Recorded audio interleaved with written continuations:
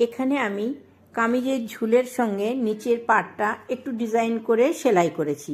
এটা স্লিভস বা প্লাজো প্যান্টের বটম ডিজাইন হিসেবেও খুব সুন্দর মানাবে।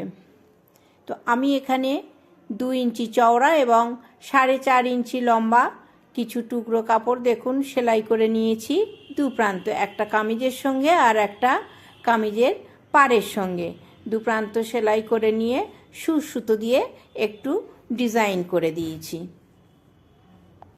আর উল্টো দিকের খোলা প্রান্তগুলো সরু কাপড় দিয়ে জুড়ে সেলাই করে ফিনিশিং করে দিয়েছি যাতে অসুবিধা না হয়।